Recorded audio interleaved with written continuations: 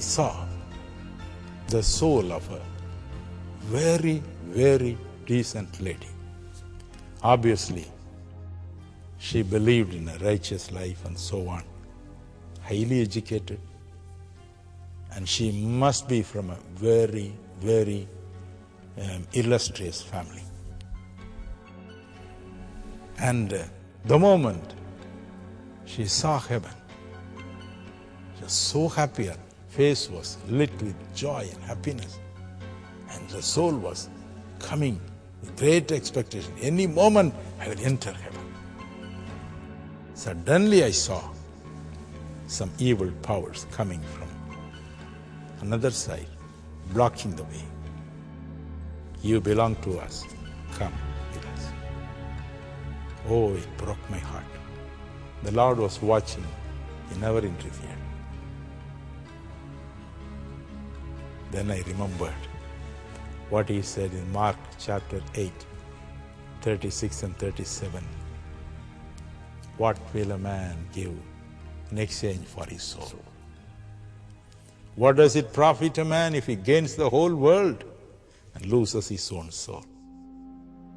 So this lady, for the sake of the wealth and the fame and the standing in the society, she wanted everything except the Lord who died for her on the cross. Alas, what has she gained? Well, now, coming back to the scene in hell, I was horrified to find, as I said, millions of evil angels. And they have a head for each department. They are divided into departments? Department. Well organized. Exactly as your office is organized. Letter department, telephones department, complaints department. Well organized. And there's a department called lying department. So these are lying spirits. When they enter a man, he'll speak only lies. Whether he likes it or not, he'll speak only lies. But he can't help it. Because the devil is, that the lying evil spirit is there. And then the witchcraft department. So, the moment they get an opportunity, they rush. And whatever havoc they want to create, they are asked to do, they will gladly do. Now, what is the purpose of this evil spirit? To woo as many people as possible to hell. That is their main purpose. Now, they know their end is doomed. If you read John 16:11, Matthew 25:41, and in so many other places, say Matthew 13, so many other places, you know that their end is sealed. So they would love to drag as many people as possible to hell, to be with them. So then I saw the sickness department. In the sickness department, there are subdivisions. Each devil can create its own sickness. And the head of the department, his very appearance is abominable. It's an abomination. The head of the devil who is in charge of the sickness department. You don't know where his head is. You feel his head has been cut off and brought from some other body. One hand has come from some other body, another hand from some other body, one leg from some other body, another leg from some other body, and united. It's a sight you can't believe if I tell you. Terrible.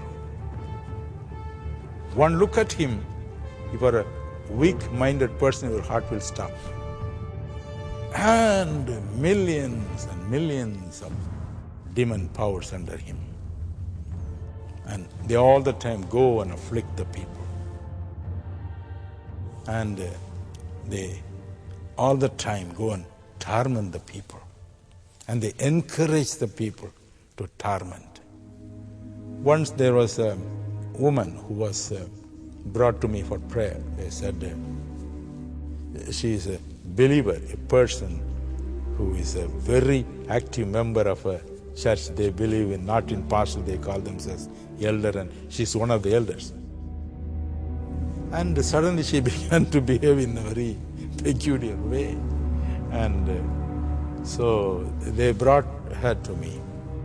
So very innocently, out of love and compassion, I love everybody. So I went and laid my hand. And oh my God, she turned, she became a totally new person. Till then she was very docile, very loving. One look she gave me, I trembled at her look. Fierce look. I cannot describe it. Then the friend who brought her to me is also a believer, a spirit-filled man. And my wife was there, and I was asking that demon to go. The one stare she gave me, I was horrified. And I prayed for her and sent her away because I was in a hurry to go somewhere else. The next day, there was a prayer meeting. I said, you bring that woman there. So I went and laid my hands. Oh, she would roll from this end to the other end and then roll back. And every time she was trying to catch hold of my neck. That was a new experience for me. And she was trying to catch hold of my neck to strength. But as her hands would come very near me, I'd find another hand coming in between and stop her hand. Her hands could not touch me. But I could not drive the devil away. So that night, when I finished everything, it's my practice. Before I go to bed, around 11 o'clock, I used to pray. Sometimes I pray on till morning 5. So last night I got up and prayed on. So I got up at 2:45 or so, prayed on. Till the morning? Till the morning. And then I know my wife will shout at me, so I pretended to sleep, and I really slept off after 5. Is auntie listening to this cassette? So that night I prayed, and the Lord Jesus came. He sat by my side. He knew my question. So he looked, and I saw a very beautiful young woman coming to me. She came, knelt before Jesus. She told me her story. I lived in such and such a street, such and such a village. And my husband is a terrible man. And he wanted to marry somebody else. So, when I was pregnant, I think 8 months or so, he strangled me to death. And when he was strangling me, I wanted to strangle his neck just to escape. I tried my level best, but sir, he killed me. So I didn't know what to do. And I saw this woman. She was a God-fearing woman, all right, but very arrogant woman. And she cannot control her tongue. So I said, this is the right person. I caught hold of her. And so that's why, sir, it's my habit to strangle them. Necks of others, because I tried my level best to strangle the neck of my husband. And it cried and cried and cried. And the Lord Jesus said, go. Bowed its head and went. That's the end of the story of the 2 months torment. So another friend of mine took me to another house where the man doesn't believe in God or something, but his wife is a good lady and she was having lot of trouble, lot of sickness and so on. So anyway, I went and prayed. This man was very unhappy that we went to pray for her. And that lady began to speak. She said, sir, I am in this house for 18 years. House means her body. Okay. I am in this house for 18 years, sir. Where shall I go? So I looked at this man. He was so arrogant.